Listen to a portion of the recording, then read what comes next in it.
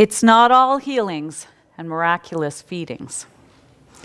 So we are nearing the end of our post-Pentecost season, which is why we are reading end times texts. Because as I mentioned to the children, with Advent only one Sunday away, this is what the focus is. So Jesus needs a new director of communications. Every church I know in the continental United States is asking the same question. How in the world do we reach young families? Are we doing that? Does it look like we're doing that? Oh, come on, folks, don't sit there. It's not, this is interactive. Come on.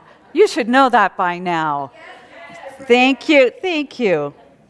Every church with the resources to do so has revamped their children's area in vibrant colors and Disney-worthy accessories to show how serious they are about reaching and keeping families.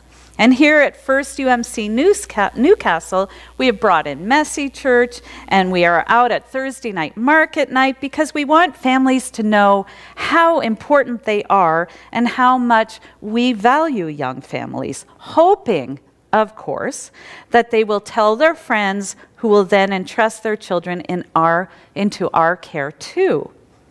Because we want families to feel welcome here and to grow in a love of God. That's it. As I said, though, Jesus needs a new communications director. His message doesn't sound pro-family at all. You will be betrayed even by parents and brothers, by relatives and friends, and they will put some of you to death. You will be hated all because of my name. For a guy beginning a movement, that will depend on lots of followers to spread the message. And so this seems like a bad marketing move, would you say? Would you say? Yes. But we are late in Jesus' ministry, chapter 21 of Luke's Gospel. And throughout the ministry of Jesus, these disciples have been the best of what it means to be a follower of Christ. They have seen healings and heard teachings that have changed their lives and the lives of others. There has never been anyone ever like this man, so compelling that they dropped their nets and they followed. Wow, what a ride. At every turn, there has been life-altering teaching, healing miracles, and crowds everywhere. The disciples were in the boat when Jesus said to cast the net on the other side, and the nets would barely hold. They couldn't believe their eyes when they saw Jesus heal Simon's mother. A woman stooped over for 18 years, touched by Jesus, and walked away upright as a soldier. When they were in Nain, Jesus brought a widow's son back to life. The boy was dead, and by the power of Jesus, he was alive. Gosh, who wouldn't want to sign up for something like that, for following someone like Jesus? Jesus knows that following the way of the kingdom is not all about great catches of fish. He knows that sometimes there's hardship. Sometimes healings just don't happen. Sometimes deliverance takes a really different form. And sometimes bad things come. And sometimes not in spite of being a follower of Jesus, but because you are a follower of Jesus. For instance, when the powerless get set free, it is usually at the cost of the powerful, and they are usually not very happy about that. It is easy to be a follower when you see a multitude fed with loaves, 5 loaves and 2 fishes. It's easy when Jesus calms the storm because the waves and the wind obey his command. But how long will you endure a storm? Oh, that just doesn't settle. Will you follow Jesus when it costs you something? Should I say it again? Will you follow Jesus when it costs you something? And how about if it costs you something dear, something that seems ultimately important, like family? Because you will be betrayed even by parents and brothers, by relatives and friends, and they will put some of you to death. You will be hated by all because of my name. Gosh, did you sign up for that? Did you sign up for that? When you stood here and you know, somebody had you there and there's baptismal vows and we do reaffirmation of baptism. No, did we sign up for that? That's not what our 5 vows are. Giving our life. But by the way, I don't think this suggests that Jesus has a low value of the family. Just the opposite. I think Jesus has illustrated with a value that we should hold dear as a way of asking, is there any value, any commitment that stands taller than your enduring commitment to Christ? Several of my pastor friends and I have complained that we were born a generation too late. I'm in my mid-50s, and when we were in high school and college and considering vocation, pastoral leadership looked so attractive. The stress that most of our churches were undergoing was whether to build the new education building before or after enlarging the fellowship hall. Right? Churches were full, like ours is this morning. Pastors were esteemed. Following Jesus meant catching lots of fish and watching people get healed. Well, who wouldn't want to follow? Colleges had vibrant ministerial associations, and now even the seminaries, really, struggle to find women and men who are eager for congregational leadership. The chapel was virtually empty unless there was a really great preacher coming in at my seminary. You could say the same thing for lay involvement in the life of faith. There was a day when everybody seemed to be involved in church somewhere. Right, folks? Right. You had to put your church affiliation on your application to join the country club. You couldn't be expected to sell insurance or get elected if you weren't involved in church somewhere.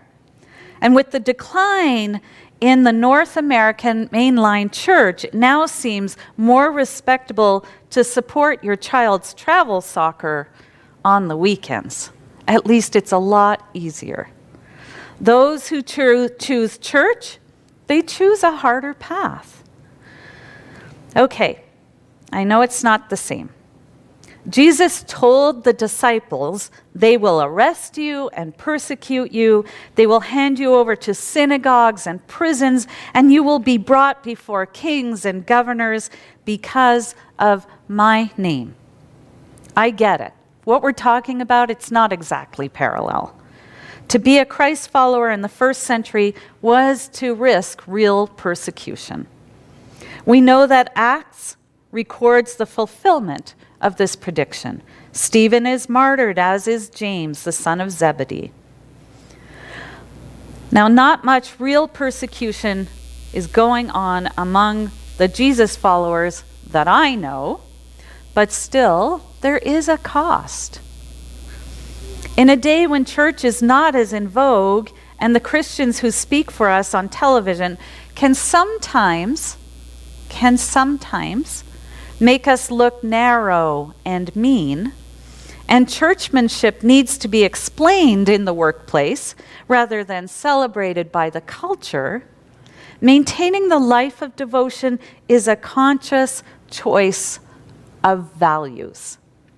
There is no wind at our back.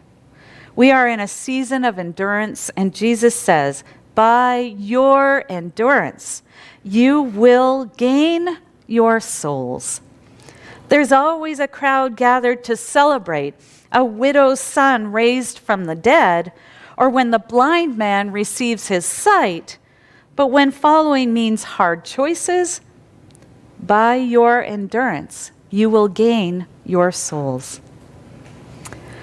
When I answered my call to ordained ministry, well, that was a conversation not easily taken up with my parents. My father was a supervisor of coordinators of catechetics in the Calgary Catholic School Board. In Canada, Catholic schools are publicly funded until the 10th grade. So my dad's job was to train teachers on Catholic education and to choose the religious curriculum for the schools in Calgary. My mom, too, had been a Catholic all of her life. She was president of the Catholic Women's League, much like our own United Methodist Women's Group. She had 7 children. Need I say more? So I made a visit from California to see them in Calgary in 2006. This wasn't the kind of conversation that I wanted to have over the phone with them, if at all possible. And I can't recall the conversation with my mom, so it must have gone all right. My dad, well, that was a different story. We went for a walk around the pond outside of their lovely apartment complex, the majestic Rocky Mountains as the background. After a few laps, I had built up my confidence and my courage enough to tell him. His footsteps actually faltered. It was shocking. It was that shocking to hear those words come from me. I feel called to ordained ministry in the Protestant church. And it was difficult for me in my undergrad years not to have him truly engaged in my schooling because my dad studied liberal arts just as I did. But it was when I won the school's philosophy award for our graduating class, it finally broke through and he asked the name of the award. And when I told him, he responded, gee, okay, remember, we're in my 4th year, right? I'm graduating. Gee, imagine you were studying what I studied. Yes, for 4 whole years. It took until a couple of years ago for him to be able to talk about my church work with me. And at that time, I was going through a difficult moment at my church. And my sisters, I guess, had been talking about it. They were visiting in Palm Springs, where my dad winters. And I guess, well, he's my dad. So he checked in with me. And now when I call him, he bellows into the phone. Is anyone being mean to you? Because ultimately, he's my dad. For a while, though, he couldn't really be that way for me. I had betrayed his beliefs, the beliefs that I was raised on, to answer my own calling. And it makes me think of this verse. You will be betrayed even by parents and brothers, by relatives and friends, because in a way, I did betray him. But then again, we regained our equilibrium. By your endurance, you will gain your souls. You know, for that time, we were both paying a price, weren't we? Some people do pay a price to be a Christ follower. I have a friend who refused to entertain his out-of-town clients.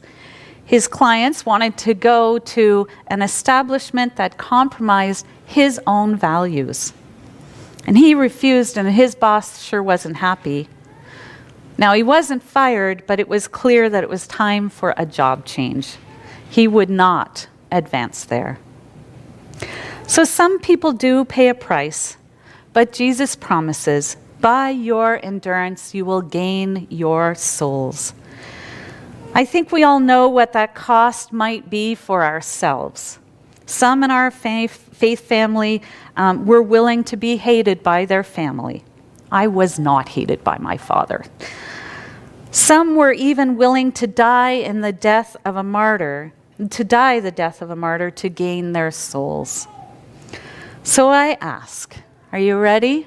So I ask, what is the value that stands taller than your commitment to Christ? Because by your endurance, you will gain your soul. Amen.